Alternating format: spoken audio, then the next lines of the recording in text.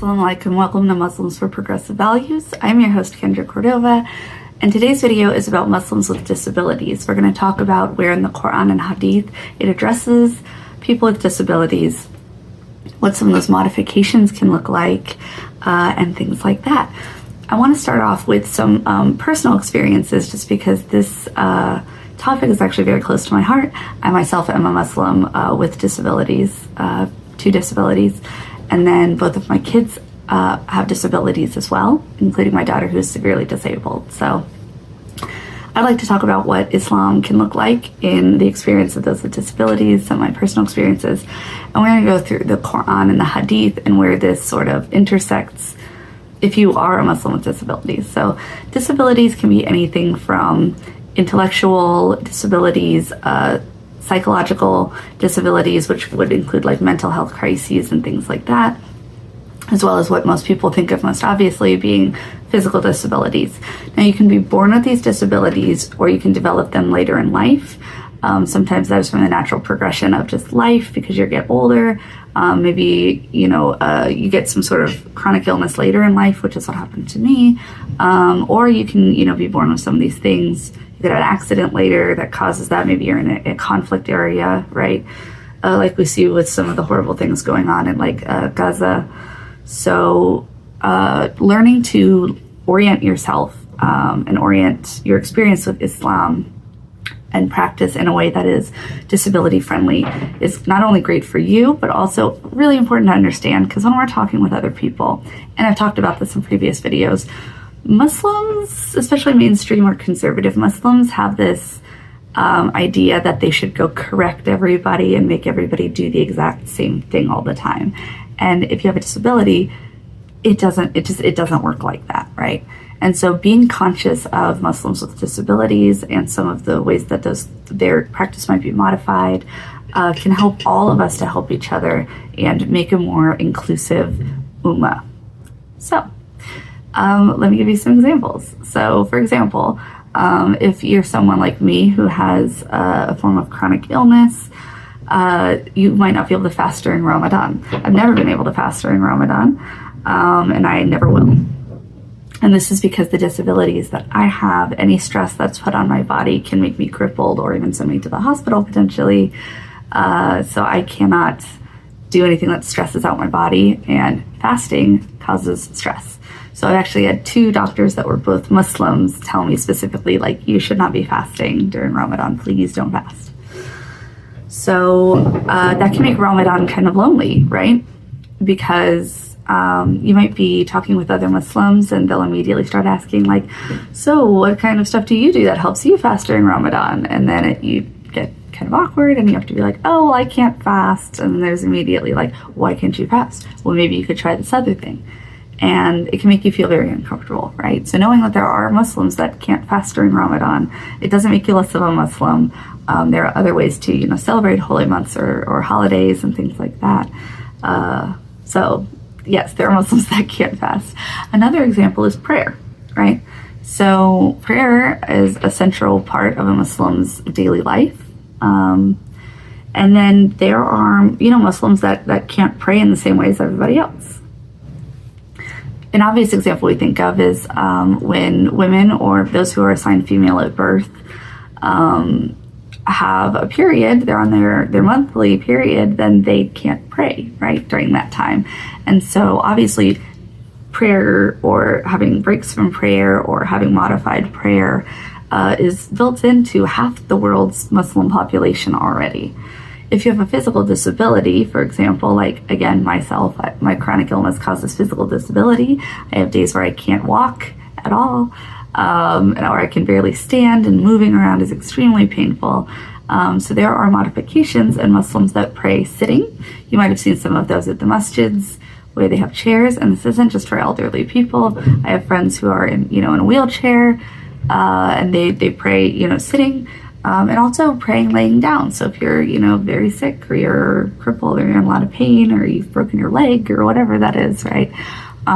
You can pray from a laying down position. So we're going to see where that is as well. So understanding that prayer might look different for different people, modifications throughout practice are very normal, and they're actually built into Islam through the Quran, Hadith, etc. And then the final one to keep in mind is that some people are or have family that have intellectual disabilities or developmental disabilities or psychological disabilities. And so in those cases, and we'll see as I go through these, there are modifications built in, and that if somebody has a severe disability, like my daughter, for example, there are no obligations on them religiously, because if a person can't comprehend these things, there's no fault. And they're not looked down upon in any way as being broken or less. Instead, it is framed as Allah's mercy, in that Allah only, it doesn't give us a little more than they can bear, right? That's one of the lines from the Quran, the idea that nothing is expected of you that would be like so difficult that you can't handle it. And if, things seem too difficult to handle, it's probably because you require a modification, and that's okay. You don't have to hold yourself to the same standard as everybody else, because everybody's situation, physically, emotionally, mentally, intellectually, are very different. You might have one person who can pray for 3 hours at a time, and you have one person that can never pray the traditional, look of a salah prayer, because they pray in bed all the time. You might have one person who can memorize the Quran in a year because they have this like high intellect, and then you might have someone who throughout their life is struggling to read through things like dyslexia or just learning disabilities, and there's no punishment on them for not being able to do something like that. We can't really hold ourselves to each other's standards, and we need to start looking at Islam from an inclusive and diverse perspective. So that's what we're going to do today. Let's take a look at some of these verses. So let's start with the Quran. So there are two places in the Quran that bring up the whole idea of people who are sick, right? So that's going to be Quran 24:61 and then Quran 48:17. So that is going to be the idea that there is no restriction on the blind, disabled, or sick, or no blame on the blind, disabled, or sick for staying behind. These are references to times when there was a war going on and they needed everybody to come together to fight for their safety. And there were people that just couldn't, right? Because they were elderly and frail, because they had a disability, or because they were really sick. And that could be a chronic illness, or that could be just like you have the flu, right? You physically can't do something. And it points out here there is no penalty for that. People shouldn't look at them or treat them any differently. There's nothing wrong. Like if you can't do it, you can't do it. And that's not a bad thing. That's just, you have a different experience than somebody who has these abilities, right? And I also like that in Quran 24:61, it also says there's no blame on those like family members who have them come and eat at their house and stuff. Because again, there's this idea of shame and stuff on people who have disabilities, right? That they're less than, or because they can't do certain things that makes them less of a Muslim. And there's actually this section of the Quran here which talks about how families of people with disabilities who are bringing them in, even though they didn't go off to fight that day, who bring them in and give them food and take care of them, are also not put to blame for sins and things like that during those periods, because your job is to take care of those people, right? So like, you might not be able to go do those things. I met a new imam in our area, and he was like super excited to meet me, and he immediately started doing the whole like, I haven't seen you at the masjid, why haven't you come to the masjid, and you should come to these meetings, and you should do this and that. And I'm like, well, the majority of my life is taking care of my kiddos, and it takes a lot of time. I don't do any of that stuff really. And as soon as he heard kids, he starts going, oh my gosh, we need to teach them to read the Quran. We have Quran classes and they need to memorize it. And I was like, well, my children have disabilities.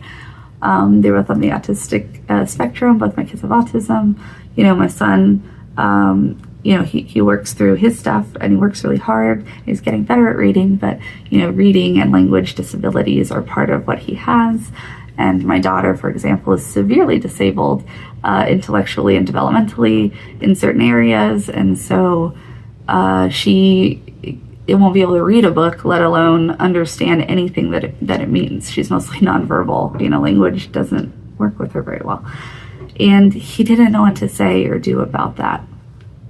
And I think we need to stop, putting these crazy ideas on people where, like, if you don't do this the way everybody else is doing it, you're wrong, right? Or like, you need to come and you need to do this. Like, it not only says in here that the people with the disabilities don't have blame on them, because of course, why would they? But also the people who are taking care of them, their family who is feeding them and is there taking care of them during these times.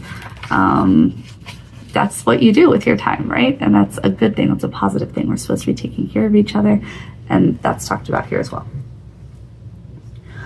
And then I also want to talk about this one, which again tries to turn people away from looking at people with disabilities as being less than. The Prophet himself, Prophet Muhammad, peace be upon him, did that. Our prophets are humans. And that's one of the things that makes Islam separate from things like Christianity, right? Is that we don't turn them into these divine, perfect beings, right? And one of the things that the Prophet Muhammad, in his humanness, did at one point was he turned away from a blind person who was seeking knowledge about God, and then he got very uncomfortable, and he moved to help the person who didn't have the disability. And it actually got put into the Quran as a reminder to everybody that you shouldn't do that. So in Quran, Surah 80, verse 1 through 10, it talks about how a blind man came to the Prophet eager to learn, but Muhammad turned away from him to talk with some non-disabled person, even though this non-disabled person was, quote, indifferent to this knowledge. So this person wasn't an active seeker. They weren't super excited and asking questions and all of that. They were just sort of like a general, I'm here, sure, teach me something. But the Prophet Muhammad turned to that person instead of the blind man who was actually seeking knowledge and was very excited to be there. And it says, Muhammad is reminded also that he wasn't held accountable for the man's indifference, right? Like, he's not responsible for making somebody care about Islam or care about God or learn that stuff, right? Because only God can guide, right? Yes, you can give information, but only God can guide. But that Muhammad was accountable, and there's a reminder here that he was accountable for turning away from a seeker, because now the seeker is here and has that love, and you're here, right, to help them connect with God and have that love of God. So turning away from somebody who has a disability because you think they won't be able to comprehend or understand it is not the way it's supposed to be done. And they use this story, they meaning Allah, used this story in the Quran to remind us that that is true, right? And that when we might hold some kind of prejudice or confusion or not know how to help those with disabilities, if we're unfamiliar with the type of disability that they have, it is encouraged that we give them that space, reach out to them, allow them to practice, encourage them to do stuff with us, even if it is, of course, a modified version like people like myself or others might have. Some of these prayer modifications can be seen like in Quran, Surah 2, verse 239, where it says that you can pray on foot or riding when in danger, and this shows that prayer can be modified or adapted if necessary. So if you're in a situation where prayer has to be modified for whatever reason, you are in a dangerous situation like that, or you are very sick, or I really like that the hadith that talked about the followers of the Prophet who were told, hey, make sure, you pray, the afternoon prayer when you get there. And it took them longer to get there than expected. And half of them prayed on the road and half of them prayed when they got there. And there was like a disagreement about, well, which one was correct. And afterwards, when they asked the Prophet Muhammad, peace be upon him, about this, he said, you guys were both right. Right? Because it's about the intent. So like, you might have to modify and change things throughout your life and throughout your day. It's about the intent, right? And then I also want to say that Quran, Surah 4, verse 5, is there that talks about protecting property for people who lack sound judgment. And here it's talking about people who can't intellectually, whether it's because, they were children, they were orphaned, or because they are adults that have some kind of disability going on that stops them from being able to really understand and comprehend making good choices about money and property and all of those other things. But here it doesn't say that there's something wrong with them. it reminds people that your job is to help take care of them. This again goes back to that taking care of the poor, taking care of the sick, taking care of the needy. That is so stressed in Islamic scripture. That includes people with disabilities, intellectual disabilities, etc. We need to take care of them as best we can and protect their rights and their properties as well. A couple examples of hadith here. In Sahih Muslim, there's a hadith that says, Allah doesn't look to your bodies or your appearance, but looks to your hearts and your deeds. Again, just because somebody looks different than you, just because they dress different than you, whatever that is, just because they do have a physical disability, Allah is not judging anybody on the way they look. Looks don't matter to Allah because it's our soul, it's our self, it's our hearts that are judged, not our physical bodies.